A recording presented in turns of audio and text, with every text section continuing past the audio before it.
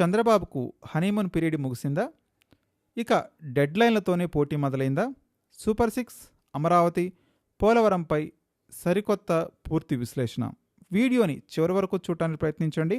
మర్చిపోకుండా లైక్ చేయండి, షేర్ చేయండి, సబ్స్క్రైబ్ చేయడానికి ప్రయత్నించండి. ప్రతి ప్రభుత్వానికి ఒక హనీమూన్ పీరియడ్ ఉంటుంది. అధికారాలలోకి వచ్చిన కొత్తలో ప్రజలు ఆశలు పెంచుకుంటారు. ప్రభుత్వానికి కొంత సమయాన్ని ఇస్తారు. ప్రతిపక్షాలు కూడా పెద్దగా ఒత్తిడి చేయవు. కానీ ఆ సమయం ఎప్పటికీ ఉండదు. ఒక దశ దాటిన తర్వాత ప్రజలు ఒకటే ప్రశ్న అడుగుతారు: చెప్పింది ఎంత, చేసింది ఎంత? ఇప్పుడు ఆంధ్రప్రదేశ్ రాష్ట్ర రాజకీయాల్లో కూడా అదే పరిస్థితి కనిపిస్తుంది.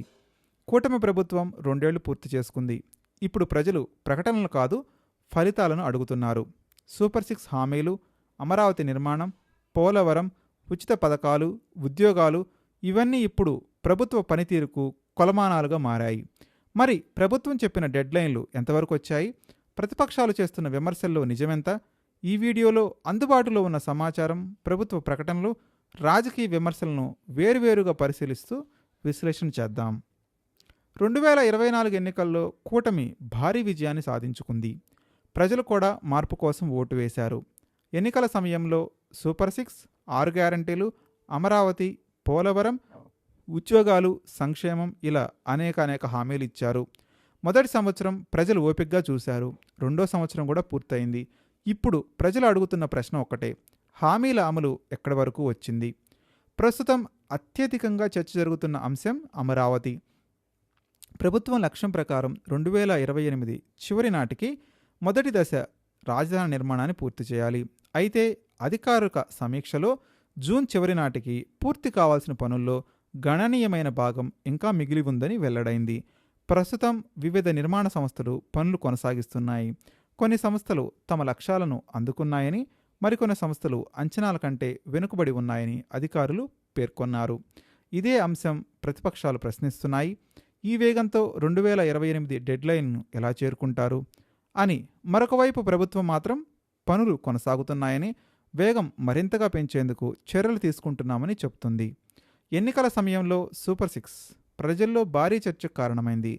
ప్రస్తుతం కొన్ని పథకాలు అమల్లో ఉన్నాయి. పెన్షన్ పంపు, దివ్యాంగుల పెన్షన్, ఇంటి వద్దే పంపిణీ ఇవి కొనసాగుతున్నాయని ప్రభుత్వం చెబుతుంది. దీపం పథకం కింద ఉచిత గ్యాస్ సిలిండర్లకు సబ్సిడీ అమలవుతుంది. తల్లికి వందనం పథకం కింద అర్హులైన కుటుంబాలకు సహాయం అందిస్తున్నట్టు ప్రభుత్వం ప్రకటిస్తుంది. అయితే మరికొన్ని హామీల అమలుపై ఇంకా ప్రజల్లో ప్రశ్నలు అలాగే ఉన్నాయి. ఉదాహరణకు నిరుద్యోగ భృతి, రైతుల ఆర్థిక సహాయం, మహిళలకు ఉచిత బస్సు ప్రయాణం వంటి అంశాలపై అమలు ఎప్పుడో పూర్తి స్థాయిలో జరుగుతుందని సందేహాలు వ్యక్తమవుతున్నాయి. ఈ విమర్శలకు ప్రభుత్వం ఒక స్పష్టమైన కారణాన్ని చెబుతుంది. అదే రాష్ట్ర ఆర్థిక పరిస్థితి.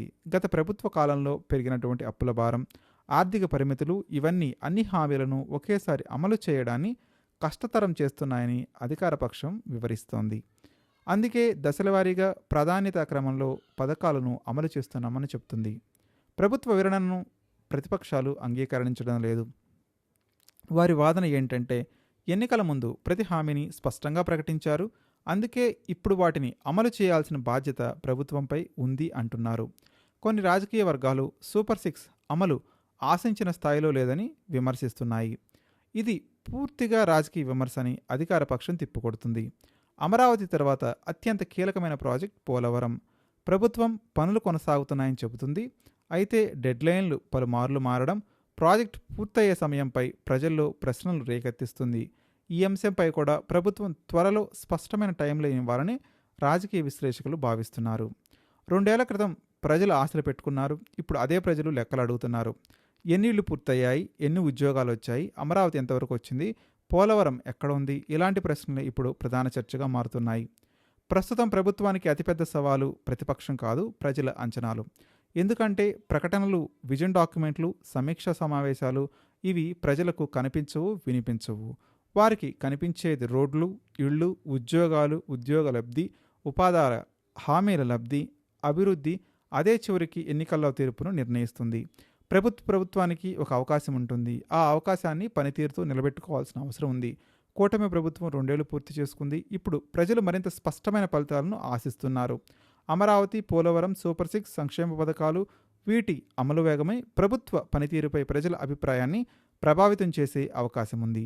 అదే సమయంలో ప్రభుత్వం చెబుతున్న ఆర్థిక పరిమితులు, ప్రాజెక్టుల సంక్లిష్టత వంటి అంశాలను కూడా పరిగణలోకి తీసుకోవాల్సి ఉంటుంది. అంతిమంగా ఈ హామీలు ఎంతవరకు అమలవుతాయో రాబోయే 2 ఏళ్లు చాలా కీలకంగా మారాయి.